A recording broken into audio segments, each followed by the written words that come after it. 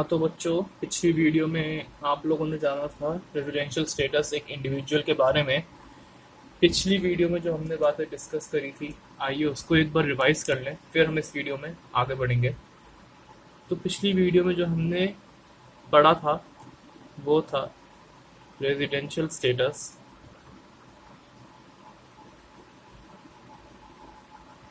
और हमने देखा था इंडिविजुअल के लिए। अब हमने बोला था कि इंडिविजुअल या तो आर होगा या फिर एन आर होगा। अब अगर इंडिविजुअल आर हुआ तो आगे वो या तो आर एन ओ आर होगा या फिर वो आर ओ आर होगा। तो हमें बेसिकली ये रेजिडेंशियल स्टेटस में हमने पिछली वीडियो में पढ़ा था। अब कैसे कैसे पता लगेगा वो आर ओ आर होगा, आर एन ओ आर होगा या एन आर होगा, तो इसके लिए हमने कुछ कंडीशंस पढ़ी थी। आइए उस कंडीशंस में एक बार नज़र मारते हैं। तो ये रही वो कंडीशन, ये मैं आपकी स्क्रीन पे ला देता हूँ।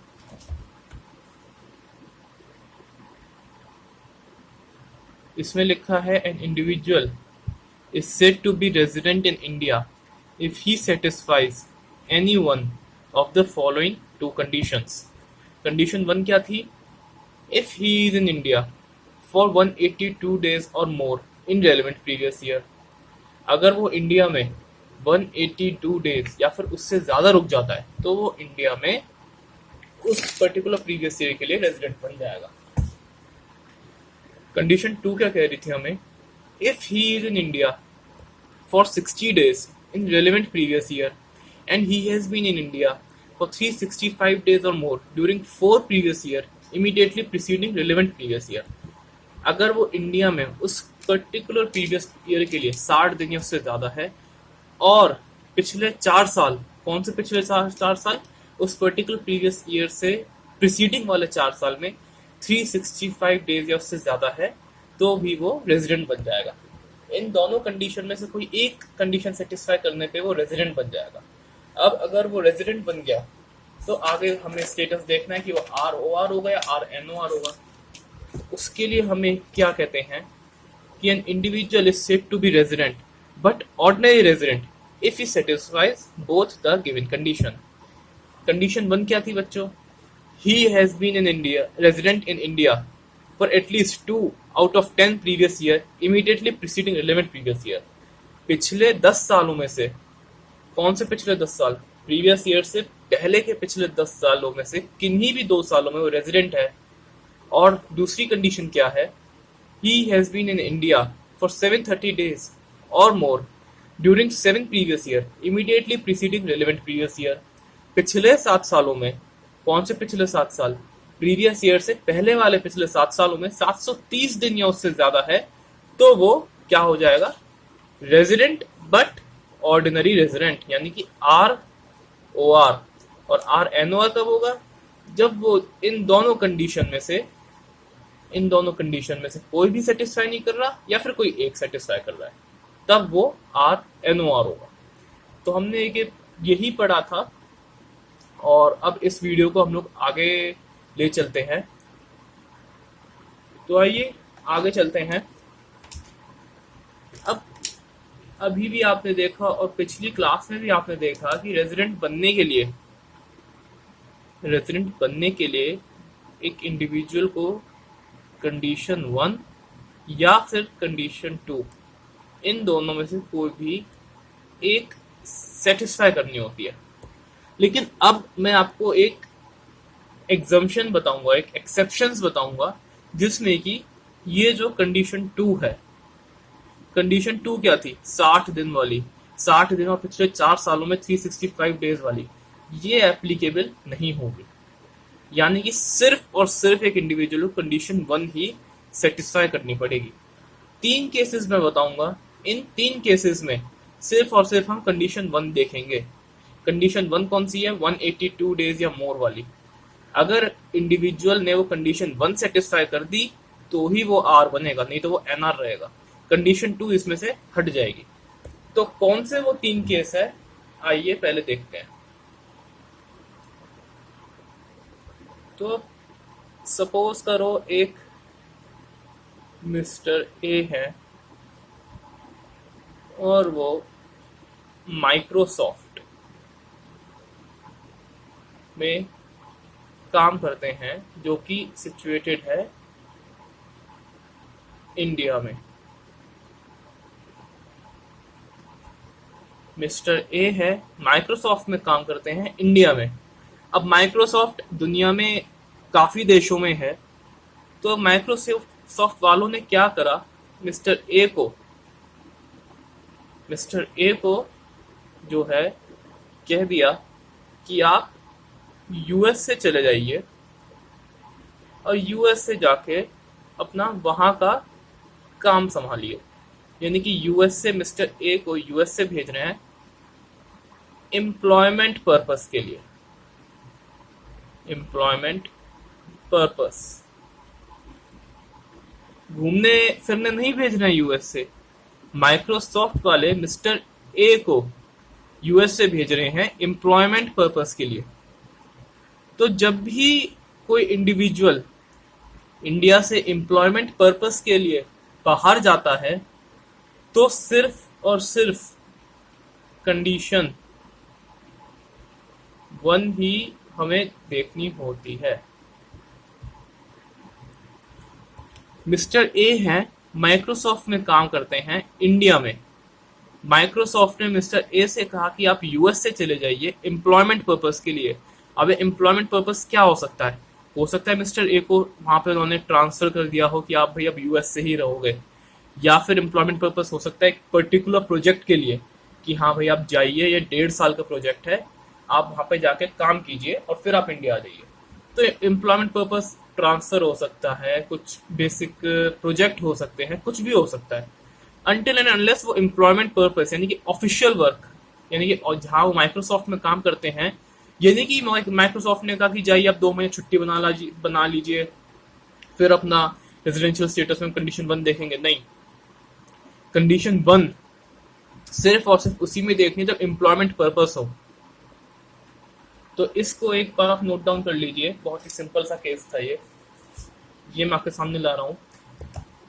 अब ये exceptions to second basic condition, there will be 3 cases in which second condition to determine whether an individual is resident or non-resident will be exempted, which means that only condition 1 has to be satisfied in determining R or NR in below 3 cases. तो 3 cases हम discuss करेंगे। मैंने आपको पहले भी कहा था, case 1 मैंने आपको बताया अभी।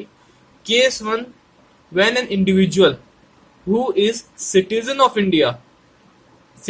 इंडिया होना चाहिए, and who leaves India for purpose of employment outside India, then only condition 1 has to be satisfied.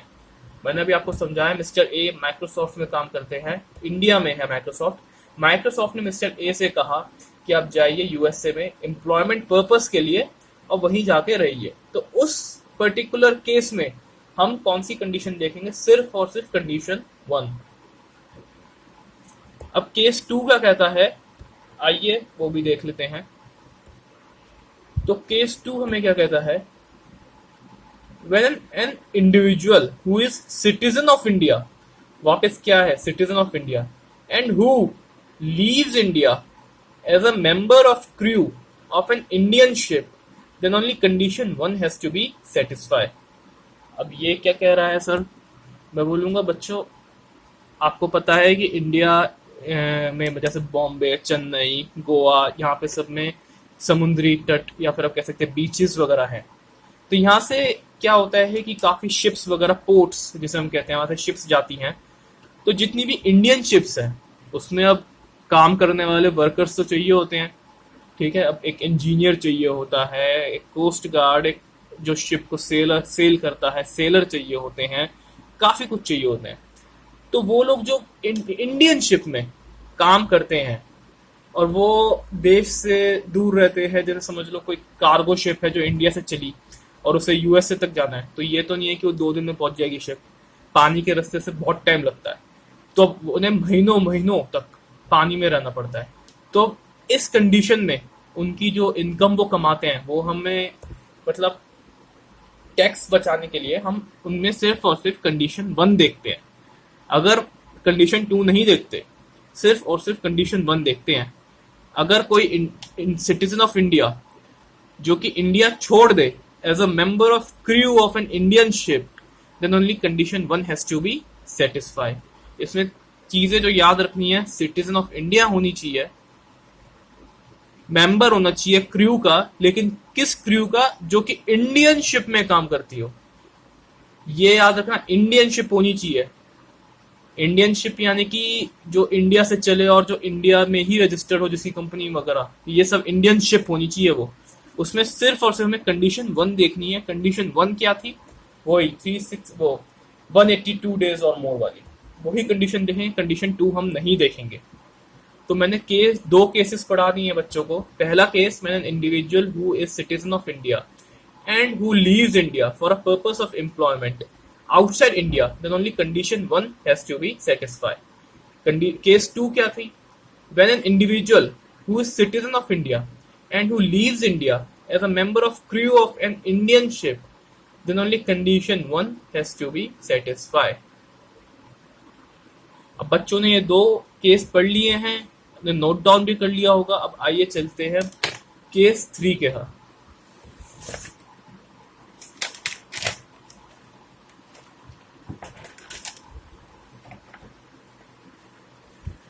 तो ये हमें केस 3 क्या कहता है?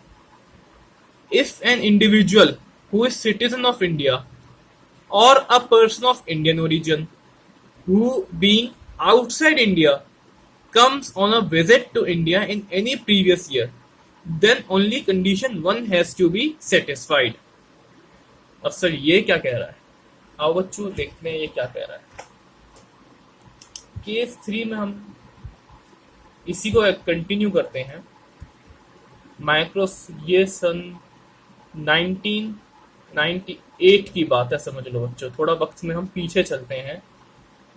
1998 चल रहा है यहाँ पे। 1998 में माइक्रोसॉफ्ट ने मिस्टर ए से कहा कि जी आप चले जाइए यूएसए में। अब ये मत सोच लें कि 1998 माइक्रोसॉफ्ट थी इंडिया में, नहीं, ऐसा कहीं शुरू हो जाओ अपना नीचे।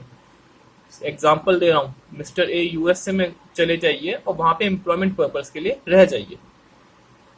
अब ठीक है, मिस्टर ए चले गए यूएसए, वहां की लाइफ इन्हें पसंद आ गई। वाह भाई बढ़िया लाइफ है, अपना बढ़िया मौज मस्ती वाली जिंदगी है, अपना कमाओ धमाओ, खर्च करो, अपना ऐश से रहो। और अब आ गया समझ लो 2016। अब मिस्टर ए 1998 से 2016 तक यूएसए में रहे। अब उन्हें लगा कि यार इंडिया की याद आ रही है, इतने दिन हो गए, सालों हो गए इंडिया गए हुए, पता नहीं कैसा होगा क्या होगा। तो उन्होंने सोचा चलो भाई इंडिया चलते हैं और सबसे मिलके आया जाए। ठीक है चलो भाई। अब मिस्टर ए ने करा अपना बिस्तर पैक, बोरिया बिस्तर पैक करा और चल दिए इंडिया की तरफ। पर्पस क्या था उनका इंडिया आने का? हॉलीडेज। भाई रिश्तेदारों से मिलने आ रहे हैं, कोई काम करने थोड़ी ना आ रहे हैं, छुट्टियां मनाने आ रहे हैं इंडिया में। आखिर कहीं भी रहेंगे तो इंडिया नहीं। मिस्टर ए इंडिया आ गए छुट्टियां मनाने। गए कब थे यूएसए? 1998 में। किस पर्पस के लिए गए थे? एम्प्लॉयमेंट पर्पस के लिए। अब ये बात तो चलो पुरानी हो गई, 1998 में जो भी हुआ होगा इनके साथ वो हो गया होगा। अब 2016 में इंडिया आ गए और हॉलीडेज बनाने के लिए आ गए और यहीं पे रुके अपना मस्त, अपना 6-7 महीने अपना रुके अपना बढ़िया। और फिर अब इस जो 2016 में जो आए हैं, अब mister a citizen of India तो रहेंगे ना, चाहे वो कहीं भी रहे, लेकिन इंडियन के सिटीजन तो है ना, पैदा तो वो इंडिया में ही हुए थे, है ना। तो अब इस केस में सिर्फ और सिर्फ हम कंडीशन 1 देखेंगे। अगर मिस्टर ए, यहाँ पे हमें मिस्टर ए का रेजिडेंशियल स्टेटस जानना है 2016 में, तो सिर्फ और सिर्फ कंडीशन 1 देखेंगे, कंडीशन 2 नहीं देखेंगे। सपोज करो मिस्टर ए अपना यहाँ पे रह गए 240 दिन, 240 डेज, तो कंडीशन 1 सेटिस्फाई कर रहे हैं? हाँ सर कर रहे हैं 182 डेज या ज़्यादा। अब मिस्टर ए रह गए समझ लो 150 डेज। कंडीशन वन सेटिस्फाई कर रहे हैं? नहीं सर नहीं कर रहे। अब बच्चा कहेगा सर कंडीशन टू देख लो, कंडीशन टू में तो 60 दिन से ज़्यादा यहाँ पे रह रहे हैं। तो मैं कहूँगा बेटा कंडीशन टू इसमें नहीं देखनी, कंडीशन टू नहीं देखनी इसमें। बच्चा कहेगा अच्छा। मैंने बोला हाँ मैंने आपको 3 केस पढ़ाए तो थे, 2 केस मैं पढ़ा चुका हूँ, तीसरा केस चल रहा है। इन केसेस में कंडीशन 2 नहीं देखते, सिर्फ और सिर्फ कंडीशन 1 देखते हैं। अब सपोज करो मिस्टर ए 2016 में 150 डेज के लिए आए, 2017 में भी 150 डेज के लिए आए, कुछ ज़्यादा ही याद आने लगी इंडिया की। 2018 में भी आए, 2019 में भी आए, 2020 में भी आए और 2021 में भी आए। 2021 में वो आए और हमें बोले कि भाई हम तो 150, बच्चा बोले कि सर 150 डेज के लिए फिर आ गए 2021 में। अपना कंडीशन 2 देख लो, 60 दिन से ज़्यादा होगी और अपना पिछले इन सालों में तो होंगे ही है अपना 365 दिन से ज़्यादा।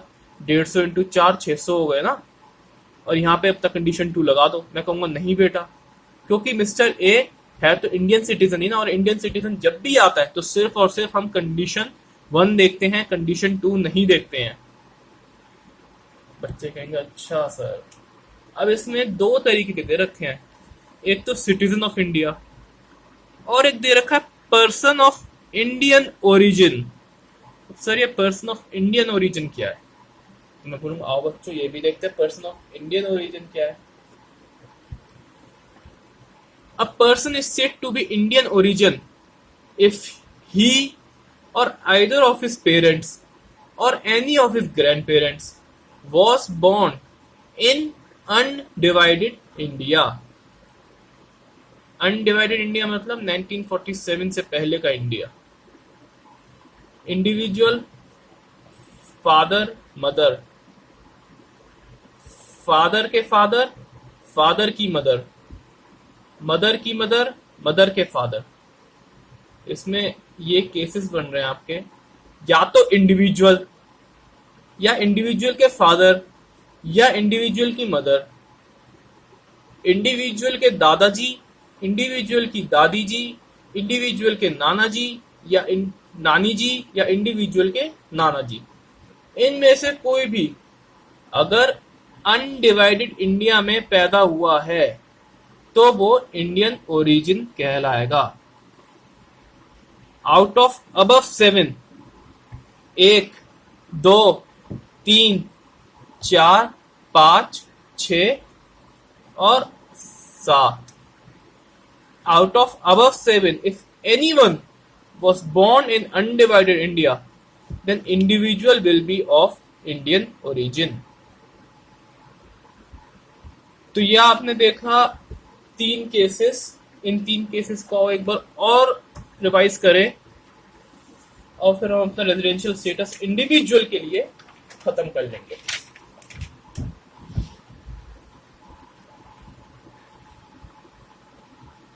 पहला केस, मिस्टर ए माइक्रोसॉफ्ट में काम करते थे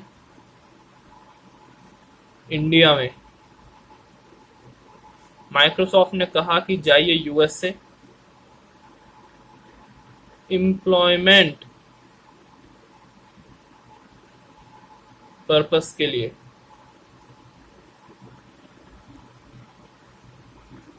कौन सी कंडीशन देखेंगे? कंडीशन 1।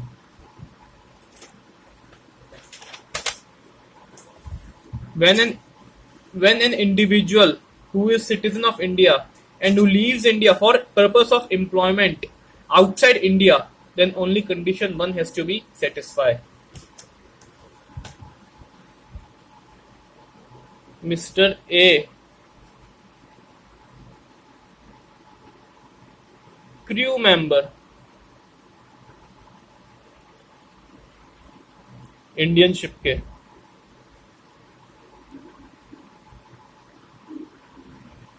इंडियन शिप के। तो इस केस में कंडीशन 1 देखेंगे हम। मिस्टर ए माइक्रोसॉफ्ट इंडिया 1980 में गए थे, सॉरी 1998 में गए थे। 2016 में हॉलीडेज के लिए आए इंडिया में। कौन सी कंडीशन देखेंगे? कंडीशन 1, मिस्टर ए यूएसए में रहते हैं, बॉर्न वहीं हुए, लेकिन उनके जो ग्रैंडफादर यानी कि दादाजी इंडिया में बॉर्न हुए कब? 1945। तो मिस्टर ए इंडियन ओरिजिन हो जाएंगे। इंडियन ओरिजिन, इंडियन ओरिजिन मतलब मिस्टर ए कभी भी इंडिया आते हैं तो सिर्फ और सिर्फ कंडीशन 1 देखी जाएगी। तो यही 3 केस थे जिसमें हमें सिर्फ और सिर्फ कंडीशन 1 देखनी है, कंडीशन 2 नहीं देखनी। बच्चे इन 3 केसेस को याद करेंगे। याद क्या मतलब, समझ आ गया होगा। 3 केसेस है सिंपल। जब कोई इंडिविजुअल एम्प्लॉयमेंट पर्पस के लिए विदेश जाता है, इंडियन शिप का क्रू मेंबर, और या फिर सिटीजन ऑफ इंडिया या इंडियन ओरिजिन वाला पर्सन कभी भी इंडिया आता है घूमने फिरने के लिए, तो सिर्फ और सिर्फ कंडीशन 1 देखी जाती है। इंडियन ओरिजिन मतलब इंडिविजुअल का फादर, इंडिविजुअल की मदर, इंडिविजुअल के दादाजी, इंडिविजुअल की दादी जी, इंडिविजुअल के नाना जी, इंडिविजुअल की नानी जी। इन 7 में से कोई भी एक जना अनडिवाइडेड इंडिया में 1947 से पहले के इंडिया में पैदा हुआ हो तो वो जो है उसमें सिर्फ और सिर्फ कंडीशन 1 देखी जाएगी। अब मैंने आपसे कहा था कि पर्सन की डेफिनेशन के हिसाब से हम लोग चलेंगे रेजिडेंशियल स्टेटस में। पर्सन की डेफिनेशन के हिसाब से हमने इंडिविजुअल रेजिडेंशियल स्टेटस हमने अब खत्म कर लिया है। अब जो हम रेजिडेंशियल स्टेटस जो शुरू करने जा रहे हैं वो करने जा रहे हैं HUF के लिए, हिंदू अनडिवाइडेड फैमिली के लिए।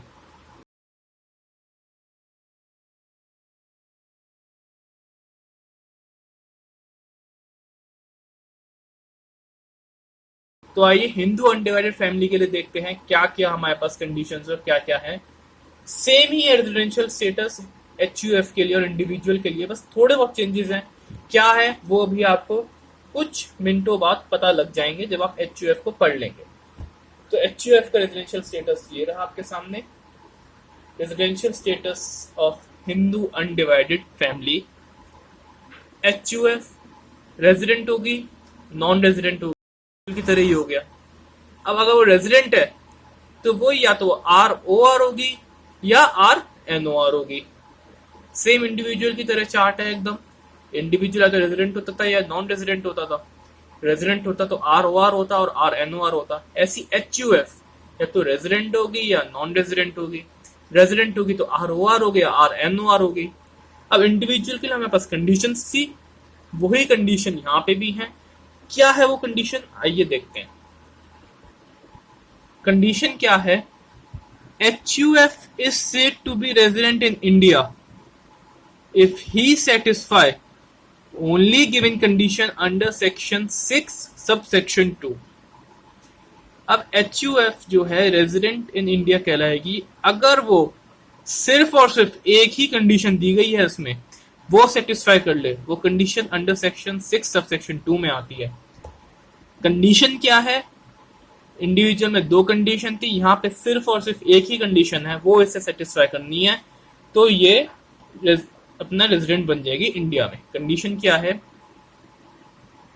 If it's control and management of its current affairs is situated Holi और पार्टली इन इंडिया। बच्चे इन 2 वर्ड पे ध्यान देंगे, होली और partly. If its control and management of its current affairs is situated wholly or partly in India।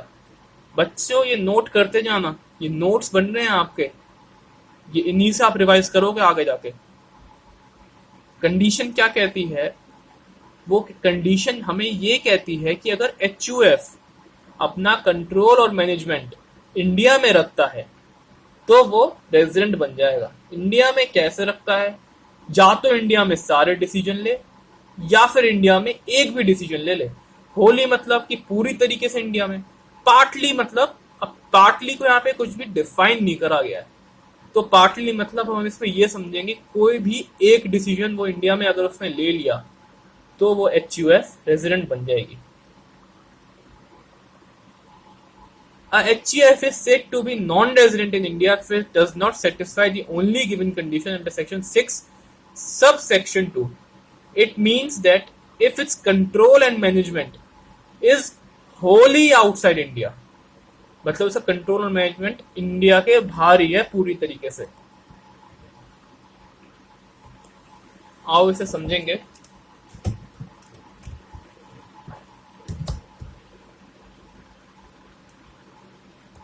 एक HUF है, Hindu undivided family,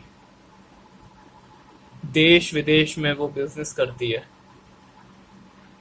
business in whole world, ठीक है। अब HUF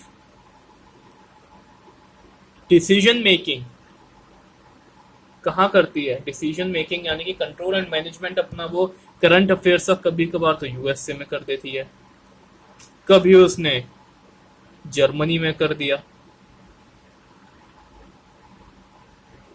कभी उसने कहीं और कर दिया, समझ लो UK में कर दिया।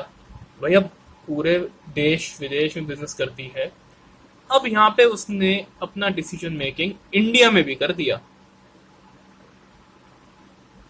तो अब हम इंडिया के लिए पढ़ रहे हैं ना, तो इंडिया में उसने अपना एक करंट अफेयर्स के लिए डिसीजन मेकिंग कर दिया, तो इंडिया में ये HUF रेजिडेंट बन जाएगी। एक HUF है, बिजनेस करती है पूरी दुनिया में, उसने अपना करंट अफेयर्स की डिसीजन मेकिंग USA में करी है, जर्मनी में करी है, पर्टिकुलर प्रीवियस ईयर में UK में करी है, इंडिया में भी करी है। उसमें क्या लिखा है, पार्टली, ये पार्टली को डिफाइन नहीं करा गया है, तो पार्टली का मतलब अगर कोई भी एक डिसीजन वो इंडिया में दे देती है तो वो HUF रेजिडेंट बन जाएगी इंडिया में। अब एक HUF है, बिजनेस सारी दुनिया में करती है, बिजनेस और कंट्रोल और मैनेजमेंट सिर्फ और सिर्फ इंडिया में रखती है, कि भाई करंट अफेयर्स के कंट्रोल और मैनेजमेंट डिसीजन सिर्फ और सिर्फ इंडिया में लेती है। तो ये होली हो गया, उसमें लिखा था ना होली और पार्टली, पार्टली मतलब ये हो गया कि वो कुछ पार्ट डिसीजन का इंडिया में ले रही है तो वो रेजिडेंट हो जाएगी। होली मतलब ये हो गया कि अपने सारे ही डिसीजन के पार्ट वो इंडिया में ले रही है तो वो रेजिडेंट हो जाएगी। अब एक और HUF है, USA में सारे डिसीजन लेती है, इंडिया में क्या होगा उसका, भाई USA में अपने वो सारे डिसीजन ले रही है तो इंडिया में NR होगा, क्योंकि उसने साफ लिखा था कि एक HUF NR कब होगी, अगर उसके करंट अफेयर्स के लिए decision making Holi outside India होंगे। यहाँ पे सिर्फ और सिर्फ USA में ले रही है। अब यही डिसीजन वो जर्मनी में भी लेती, कुछ पार्टली जर्मनी में, पार्टली USA में और पार्टली मान लो UK में, तो कुछ फर्क पड़ता हमें? सर हमें क्या फर्क पड़ना है, उसने लिखा है कि होली आउटसाइड इंडिया होने चाहिए। अब तीनों देश सर आउटसाइड इंडिया ही आते हैं, अब उसमें वो चाहे पार्टली ले चाहे होली ले चाहे कैसी भी ले, इंडिया में तो वो NR ही होगी। इंडिया में कब कब R होगी वो, जब या तो होली इंडिया में डिसीजन ले या फिर इंडिया में डिसीजन ले पार्टली, तब वो इंडिया में रेजिडेंट होगी। कौन होगी? HUF। तो इससे समझ आ गया होगा कंडीशन क्या कहती है। अब आइए आगे देखते हैं कि आगे क्या है। अब बच्चों ने ये तो पढ़ लिया है कि HUF है, रेजिडेंट होगी, नॉन रेजिडेंट होगी। रेजिडेंट कब कब होगी? जब ये कंडीशन सेटिस्फाई कर देगी। If it's control and management of its current affair is situated Holi और पार्टली इन इंडिया। होली और पार्टली का मैंने एग्जांपल बता दिया है। ये पार्टली का एग्जांपल है, ये होली का एग्जांपल है। HUF is said to be non-resident in India if it does not satisfy the only given condition. If its control and management is wholly outside India. wholly outside India का example ये रहा। जब वो HUF है USA में ले रही है, जर्मनी में ले रही है, यूके में ले रही है, कि इंडिया में नहीं ले रही है, तो इंडिया में वो NR हो जाएगी।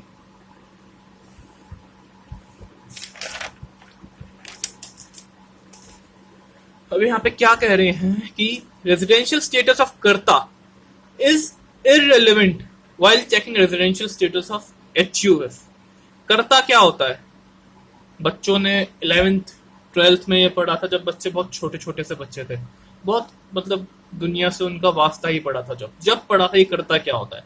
बिजनेस स्टडीज में पढ़ा था कि कर्ता एक HUF का कर्ता धर्ता होता है जो कि HUF के डिसीजन संभालता है। समझ लो कर्ता उस टाइम पे NR है। कर्ता भाई 4-5 साल के लिए विदेश गया हुआ, वहीं पे रह के अपना संभाल रहा है बिजनेस, तो वो NR हो गया। लेकिन HUF अपने डिसीजन मेकिंग इंडिया में ले रही है। HUF अपने करंट अफेयर्स का डिसीजन मेकिंग इंडिया में ले रही है, तो HUF तो R हो गई, लेकिन कर्ता NR है, तो इससे कुछ फर्क पड़ेगा? मैं कहूंगा नहीं। बच्चे कहेंगे क्यों? क्योंकि ये देखो, रेजिडेंशियल स्टेटस ऑफ कर्ता is irrelevant while checking residential status of HUF। कर्ता का रेजिडेंशियल स्टेटस कुछ भी आए, HUF का रेजिडेंशियल स्टेटस जो आएगा वही होगा। कर्ता के रेजिडेंशियल स्टेटस उस पर कोई फर्क नहीं डालेगा। बच्चे कहेंगे अच्छा। Control and management is situated. अब कंट्रोल एंड मैनेजमेंट कहां सिचुएट होता है? Where the decision regarding the affairs of HUF is taken. यानी कि decisions regarding the affairs of HUF, कि भाई हम बिजनेस कैसे करेंगे, हम क्या क्या नई स्कीम लॉन्च करेंगे, हमें प्रमोशन मेथड्स क्या रखने चाहिए, ऐसी चीजें जब होती हैं, मतलब एक डिसीजंस जिसमें लिए जाते हैं वो कहाँ लिए जाते हैं। सपोज करो डिसीजन USA में ले जाते हैं, लेकिन बिजनेस वो इंडिया में ही कर रही है, लेकिन डिसीजन USA में ले जाते हैं, तो वो नॉन रेजिडेंट होगी, क्योंकि उसके डिसीजंस जो मेकिंग हो रहे हैं वो इंडिया में हो रहे हैं। लेकिन अगर एक भी डिसीजन इंडिया में ले लिया तो वो रेजिडेंट हो जाएगी। ये देखो, if any one decision is taken in India then HUF is said to be resident in India. भाई कोई भी एक डिसीजन ले लो इंडिया में, सिर्फ, और हमें कोई 10-12 डिसीजन, कोई 100-200 डिसीजन नहीं। इंडियन गवर्नमेंट और टैक्सेशन सिस्टम और इनकम टैक्स एक्ट 1961 कहता है कि हमें आपके कोई भी कितने सैकड़ों डिसीजन नहीं चाहिए, आप सिर्फ और सिर्फ एक डिसीजन ले लो, वही हमारे लिए काफी है आपकी HUF को रेजिडेंट बनाने के लिए। तो ये 3 पॉइंट हैं, ये नोट डाउन कर लेंगे बच्चे। रेजिडेंशियल और स्टेटस ऑफ कर्ता is irrelevant while checking residential status of HUF। Control and management is situated where the decisions regarding the affairs of HUF is taken. If any one decision is taken in India, then HUF is said to be resident in India. ये तो बच्चों हो गई HUF की residential status की resident या NR वाली बात। अब हम करते हैं HUF की ROR या RNOR वाली बात। तो बच्चे यहाँ देखेंगे, HUF is resident। जब HUF रेजिडेंट बन जाएगी तो या तो वो ROR होगी या RNOR होगी। अब इसके लिए अभी भी हमें कंडीशंस दी गई है। क्या कंडीशंस हैं वो देखते हैं। बच्चों कंडीशन बहुत आएंगी, इसलिए इसे नोट डाउन करते रहे, समय समय पे पढ़ते रहे, रिवाइज करते रहे, अपने आप समझ आएगा। रटना नहीं है, समझना है। HUF is said to be resident but ordinary resident if it satisfy both the condition under section 6/6. HUF is said to be resident but ordinary resident if it satisfy both the condition under section 6 subsection 6. वही है जैसे individual में था, individual में भी 2 condition satisfy करनी थी, यहाँ पे भी 2 कंडीशन सेटिस्फाई करनी है। कंडीशन क्या है? तो मैं कहूँगा बच्चों से कि बच्चों खुश हो जाओ, कंडीशन एकदम सेम है जो कि इंडिविजुअल के लिए थी। बच्चे कहेंगे हैं सच में सर? मैं कहूँगा हाँ। अरे सर ये तो कमाल हो गया, लेकिन सर उसमें तो कहते थे कि इंडिविजुअल का एक 10 में से 2 सालों में रेजिडेंट होना जरूरी था। तो मैं कहूँगा बेटा उसमें इंडिविजुअल का था, यहाँ पे कर्ता का है। और अगर कर्ता नहीं है तो मैनेजर ऑफ एचयूएफ, कर्ता के द्वारा अपॉइंटेड किया हुआ गया मैनेजर एचयूएफ का should be resident in India for 2 out of 10 previous year immediately preceding the relevant previous year। बच्चों है ना एकदम सेम सी कंडीशन? बच्चे कहेंगे हाँ सर ये तो मजा आ गया। तो मैं कहूंगा एक बार देखो, कर्ता और manager of HUF should be resident in India for 2 out of 10 previous year immediately preceding the relevant previous year। एकदम सेम कंडीशन है सर ये तो। मैं कहूंगा हाँ। कंडीशन 2 देखो, कर्ता और कर्ता द्वारा अपॉइंटेड किया गया मैनेजर एचयूएफ का should be present in India for 730 days और मोर during 7 previous year immediately preceding relevant previous year। Sir ये भी एकदम मिलती जुलती कंडीशन है। मैं कहूंगा हाँ sir. If HUF does not satisfy any one condition or both the condition, then the HUF is said to be resident but not ordinary resident। तो बच्चों इसमें कुछ मुझे समझाने की जरूरत है क्या? बच्चे कहेंगे नहीं सर ये तो आपने इंडिविजुअल में समझा दिया था। मैं कहूंगा शाबाश बच्चों, अगर फिर भी समझना है तो इंडिविजुअल की वही वीडियो देखो जिसमें मैंने दोनों कंडीशन समझाई है और वो यहाँ पे अप्लाई कर दो। फर्क कितना हो जाएगा, वहां पे इंडिविजुअल की बात हो रही थी, यहाँ पे कर्ता या फिर कर्ता द्वारा अपॉइंट किया गया मैनेजर एचयूएफ का, उसके बारे में बात हो रही है। सिर्फ और सिर्फ ये है। अब मैं बच्चे कहेंगे कि सर इसमें भी कुछ ऐसा है कि जिसमें कंडीशन 2 हमें नहीं देखनी है और सिर्फ कंडीशन 1 देखनी है। मैं कहूंगा नहीं बच्चों, इसमें तो वो तो बेसिक कंडीशन थी। इसमें तो रेजिडेंशियल स्टेटस में रेजिडेंट बनने के लिए सिर्फ और सिर्फ एक कंडीशन दी गई है। तो मैं कहूंगा कि एचयूएफ के लिए रेजिडेंशियल स्टेटस यहीं पे खत्म होता है आपका। बच्चे कहेंगे अच्छा सर, तो सर इसके कुछ एग्जाम्पल वगैरह नहीं करवाओगे?